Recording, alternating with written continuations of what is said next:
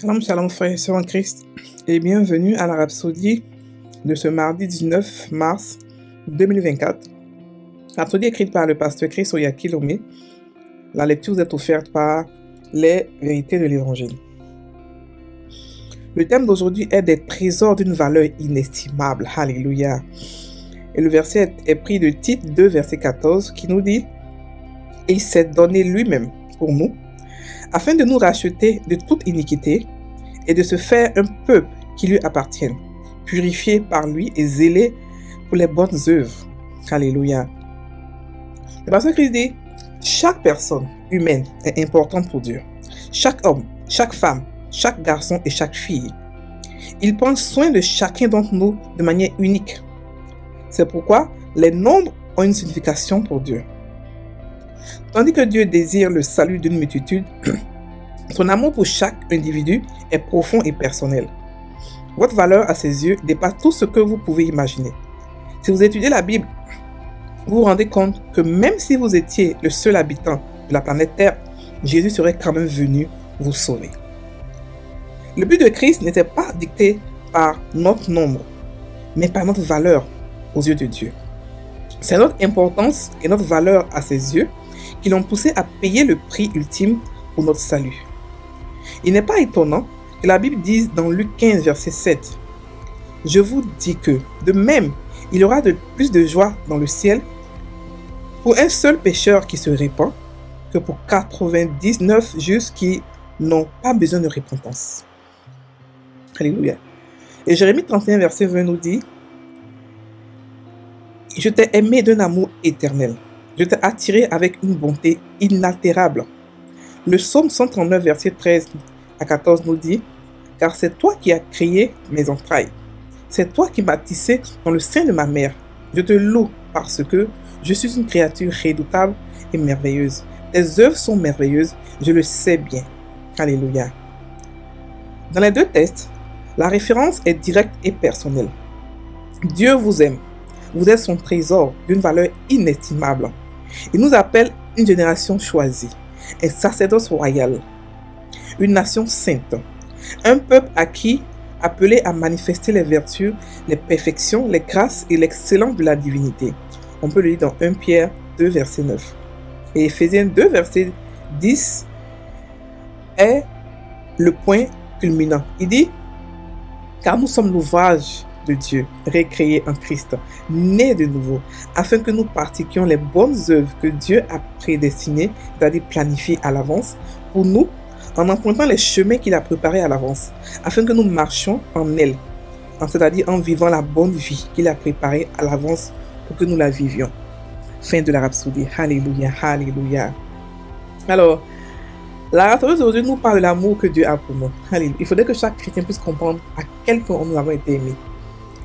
À quel point le bon vin, c'est-à-dire que la Bible dit que les derniers seront les premiers. Parce que les derniers nés sont les chouchoutés, les bébés des parents.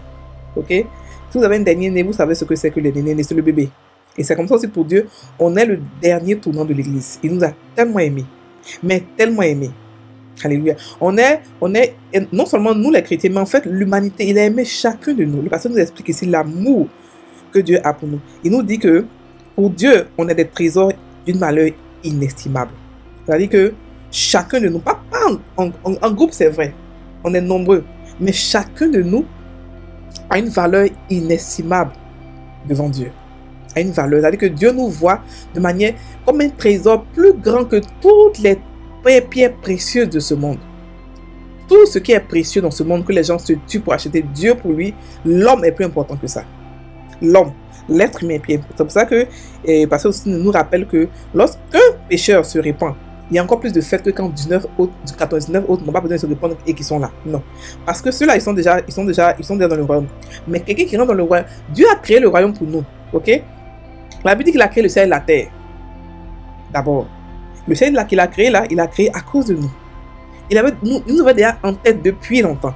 Il a créé un monde où nous sommes déjà, que tout est fourni. La preuve, il a créé Adam, il a mis Adam dans un jardin vraiment parfait. C'est par amour. Adam n'a jamais prié pour être là-bas. Il n'a jamais demandé d'être là-bas. La preuve, il est parti. Il n'a pas demandé pardon, tout ça, parce que ça montrait que c'est comme s'il il ne voulait pas être là-bas. Mais c'est pour nous dire ici que On est important devant Dieu. Chacun de nous. C'est pour cela que chacun de nous a son parler en langue unique. Ça montre l'unicité, comment on appelle ça en français. Ça montre à quel point on est unique et on est précieux devant Dieu. On est un groupe, c'est vrai, mais chacun de nous a une importance capitale devant le Père. Donc c'est pour ça que chacun de nous a une intimité avec lui. Chacun de nous a un langage spécial avec lui. C'est comme quand un parent a plusieurs enfants. Avec chaque enfant, il interagit différemment parce qu'il comprend que chaque enfant est différent, est sensible différemment. Donc le plus grand a sa manière d'interagir avec le Père, et ainsi de suite. C'est comme ça aussi Dieu aussi, comme il nous connaît, nombreux. Il n'est pas un homme pour dire qu'on est trop nombreux, il ne peut pas nous aimer individuellement. Non, non, non, c'est Dieu. Il est infini, donc il peut aimer des gens aussi de manière infinie. Nous, humains, peut-être on peut aimer, on peut faire 10, 20 enfants au maximum. Mais lui, ce qui est Dieu, toutes les familles dans ce monde sortent de lui. Il a la capacité d'aimer tout le monde et de manière individuelle, de manière unique. Donc le pasteur aussi nous dit que chaque personne est importante devant Dieu. Ok? Et qu'il nous explique aussi que on a beaucoup de valeur à ses yeux. Et que Dieu n'est pas venu à cause du nombre. Non, pas à cause du nombre. Mais à cause de la qualité. Pas à cause de la quantité, mais à cause de la qualité. C'est pas parce qu'on était beaucoup que Jésus est venu. Non. Si on était seul, c'est-à-dire que si toi qui écoutes ce dévotionnel, si tu étais seul sur la terre, on est manipulé par Satan, il allait venir te sauver. Donc il faudrait qu'on puisse personnaliser l'évangile. Comprendre qu'il est venu sur la terre, c'est vrai. Mais il est venu pour moi expressément. Pour moi, expressément, il est venu. Pour me sauver des griffes du diable. Pour me donner une vie merveilleuse. Pour me donner sa vie à lui. Pour me faire avoir, avoir sa divinité. Ok? Donc, ce n'est pas le nombre pour lequel il est venu. Ce n'est pas la quantité, mais la qualité. Il est venu pour la qualité. Il est venu pour la valeur qu'il a. C'est pour ça qu'on ne peut pas nous qualifier en valeur. Notre valeur, c'est le sang de Jésus. Le sang de Jésus n'a pas, c'est une valeur qui est inestimable. Elle n'a pas de valeur. On ne peut pas calculer, on ne peut pas quantifier le nom. On ne peut pas vendre le sang de Jésus parce que c'est une valeur inestimable et c'est ça notre valeur. Il fallait qu'il donne quelque chose de vraiment pour lui. Comme il nous a tellement aimé, il fallait qu'il donne quelque chose de vraiment aussi très précieux qui lui appartenait. Que lui à lui. Il fallait qu'il donne lui-même son propre sang, sa propre vie pour nous. C'est en cela qu'il a montré son amour. Il a démontré son amour. Il n'a pas seulement dit je vous aime, il a démontré son amour en mourant pour nous, expressément. Écoutez, depuis quand un créateur ou meurt pour ceux qu'il a créés. Un parent peut mourir pour ses enfants, c'est vrai. Mais un créateur, c'est-à-dire que celui qui a créé toute chose mourit pour sa créature. C'est-à-dire que, parce que beaucoup de gens croyaient que les dieux étaient comme un grand dieu et nous sommes les animaux. Depuis quand un chasseur ou bien un propriétaire de chien meurt pour son bétail? Non. Dieu nous a mis au même rang que lui en matière d'amour.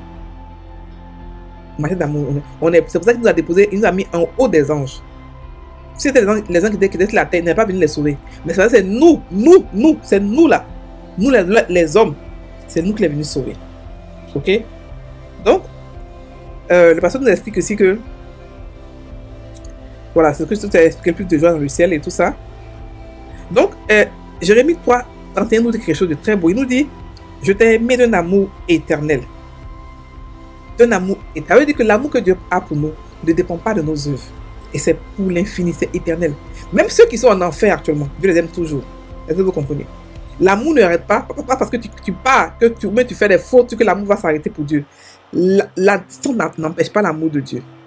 Tu as choisi l'enfer, c'est vrai, consciemment ou consciemment, pour ceux qui sont partis déjà, mais ça n'arrête pas l'amour de Dieu. C'est comme la même manière que nous, quand on a nos frères et sœurs, nos amis qui meurent, notre amour ne s'arrête pas.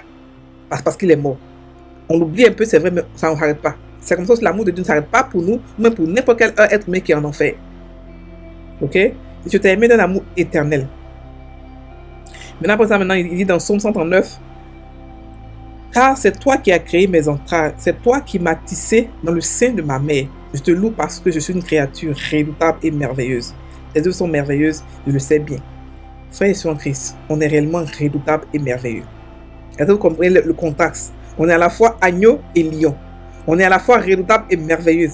On est un mystère.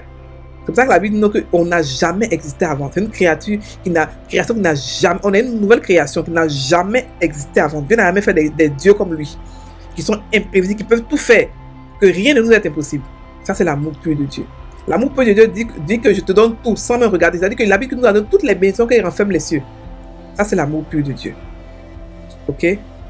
Ensuite, il nous dit dans Éphésiens 2, verset 20, car nous sommes l'ouvrage de Dieu. Ok? Ici, tu te rends compte que Dieu nous a vraiment pris son temps pour nous dessiner, pour nous faire, pour nous créer. Pas seulement à son image comme Adam, mais dans sa nature. C'est-à-dire qu'il nous a rendus parfaits comme lui. Car nous sommes l'ouvrage de Dieu, recréés en Christ Jésus, afin que nous pratiquions les bonnes œuvres que Dieu a prédestinées. C'est-à-dire que il nous a non seulement, avant de nous créer, il nous a créé, mais avant de nous créer, il a mis en place des œuvres, des bonnes œuvres où nous allons marcher, où nous devons marcher pour avoir une vie épanouie, une vie heureuse. Il ne nous a pas créé pour nous livrer à nous-mêmes. Non, il nous a créé pour qu'on puisse être dans le bonheur, dans l'épanouissement total, dans tous les domaines de notre vie. Dans tout. Ok? Pour que nous empruntons les chemins qu'il a préparés à l'avance. Des chemins de bonheur. Des chemins de gloire. Des chemins de victoire. De domination. C'est pour ça qu'il nous appelle un peuple saint. Un sacerdoce royal. Une génération choisie. Ah non, il y a tellement de mots qui nous qualifient. Tellement de mots qui expriment l'amour de Dieu pour nous. Il nous a tellement aimés. Mais tellement aimé. Il faudrait que chacun de nous puisse comprendre cet amour-là de manière personnelle. Comment est-ce que Dieu nous a aimés, nous personnellement. Prenez ce verset-là, prenez cette puis personnalisez-les. Dieu m'a aimé moi. Je suis précieuse pour Dieu. Je suis précieux pour Dieu. Je suis inestimable. Un trésor inestimable de sa part. Je suis précieux aux yeux de mon Père. Il m'aime. C'est pour ça qu'on n'a pas besoin de demander au Seigneur, protège-moi. Un enfant, quand il naît, il va demander à son père, Père, protège-moi. Non. Parce que le Père t'aime déjà. Il te protège, c'est son devoir. Et c'est comme ça que Dieu nous dit, c'est notre devoir de nous protéger. Sauf si on refuse d'être protégé en sortant de l'amour. Parce qu'il est complètement amour. Quand on dit de marcher hors de l'amour, on refuse sa protection. Sinon, ce qu'il veut, c'est nous protéger. Il est né. Il n'est pas né, mais je veux dire, il est là. Il offre sa protection gratuitement avec amour. Sans même qu'on le demande. Ok? Sans même qu'on le demande. Donc, pour lui, on est un trésor inestimable. C'est pour ça qu'il y a une parabole dans la Bible qui parle du fait que un homme qui a trouvé un trésor, il allait payer tout le terrain parce qu'il a compris que ce trésor est important.